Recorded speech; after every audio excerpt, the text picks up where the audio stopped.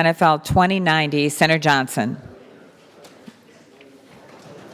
Madam President and members, Senate File 2090 is a bill that is a resolution, if it passes, would become an official statement of the state of Minnesota expressing concern over reports of state-sanctioned forced organ harvesting from non-consenting prisoners of conscience, primarily members of the Falun Gong faith tradition, imprisoned for their spiritual beliefs.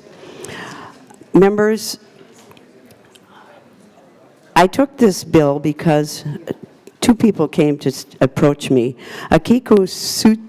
Akiko Sutsi, and I apologize if I don't say it correctly, and my constituent, Wen Dong, who lives in Blaine, brought this matter to my attention and asked if I would be willing to introduce Senate File 2090, a resolution expressing persistent and credible reports of systematic state-sanctioned forced organ harvesting, as I mentioned earlier. Senator Hall and I were the original authors of this bill, but since that time, at least 27 members of the Minnesota Senate have signed on to this bill, and I would thank you all for being supportive. Not just me thanking you, but the people that are sitting in the, what I would call the gallery, listening to this discussion. Some of you might not know and understand about Falun Gong.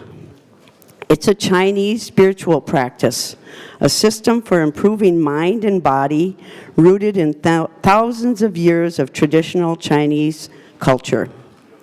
The core of Falun Gong's teachings are the values of truthfulness, compassion, and tolerance. Who could not accept that? Falun Gong originated in China and is now practiced in over 70 countries worldwide. So why is this issue important to Minnesotans? Because, let me tell you, in the past 2 summers, few members, 20 members, less than 20 members of the Minnesota Falun DAFA Association, which is another word for Falun Gong, collected more than 60,000 signatures in Minnesota petitioning the United Nations Human Rights Commission to act on this issue. Awareness at every level is very crucial in ending the abuse. The Communist Party of China does not want the world to know of its human rights abuses. None of us are proud of human rights abuses. The persecution of Falun Gong in China has been going on for 17 years. Minnesota citizens from China have been persecuted themselves or have had family members persecuted in China. Some of these people still live in China, and these resolutions are very important to them. We have heard many stories of actual incidents where families and even the people themselves were here testifying about what happened to them. It was very, very sad. The passing of resolutions at any level, and sometimes we minimize resolutions, but this gives a greater platform from those working to expose and end abuse. The state of Minnesota is not alone in this effort. State-level resolutions have been passed in Pennsylvania, Illinois, Colorado, Maine, and Delaware. There was a House resolution at the United States level, was recently marked up by the U.S. House of Representatives, and I have the record that 5 Minnesota congressional representatives supported it, but just lately I was told that it was 7. I want to tell you that upon introducing Senate File 2090, I received a letter from the Consulate of the People's Republic of China from Chicago. They came to visit me as well. They talked about the evidence that the letter did. They were really referred to the Falun Gong practitioners as being a cult wishing to slander China, and mentioned no information about the organ harvesting. The exposure of crime of forced organ harvesting is an important step in ending the abuse. In 2014, the investigative journalist Ethan Gutman published a book called The Slaughter. I have a copy of that book now. He estimated that between 20,000 and 2008, at least 65,000 Falun Gong practitioners were killed on the operating table so that their organs could be used. Presently, Mr. Gutman doubles that estimate. My wish, and I hope it's our wish and goal, is that the passage of Senate File 2090 will help to prevent organ harvesting from prisoners without their consent. This will happen if we continue to exert international pressure and concern. Awareness at any level is very crucial in ending the abuse. The Communist Party of China does not want the world to know of its human rights abuses. The torture and killing of innocent people who practice Falun Gong must end. I'm proud to ask you, and I'm humbled to ask you to vote yes on Senate File 90. Thank you for your support, and I would answer questions or listen to testimony. Discussion, Senator Hall. Thank you, Madam President, and thank you, Senator Johnson. Members, this resolution goes to the core of our society. This goes to the freedom of religion we have in America. And it's not just America that we care about. It really is the world we care about. The Falun Gong have been persecuted, their body parts taken from them to give and sell to others, some of those from America. Like Senator Johnson, I was visited by the group from the People's Republic of China who said they do not practice persecution and resent these allegations. Well, we have enough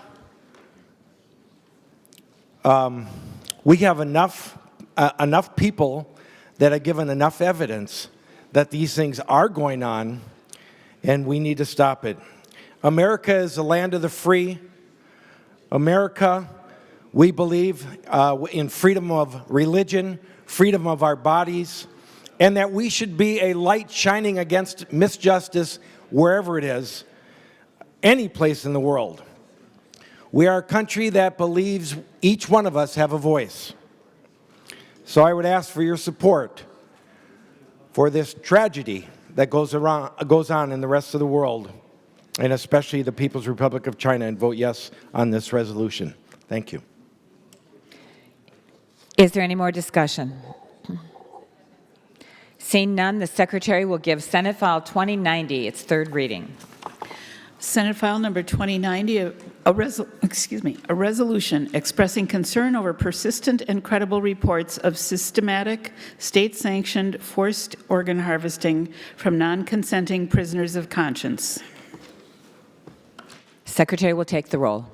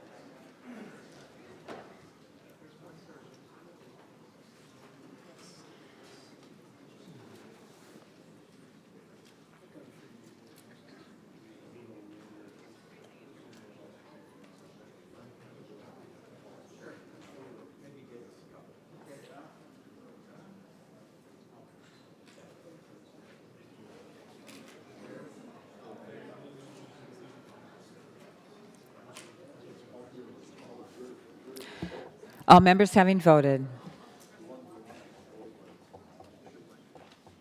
Secretary will close the roll. There being 52 ayes and 0 nays, the bill is passed and its title agreed to.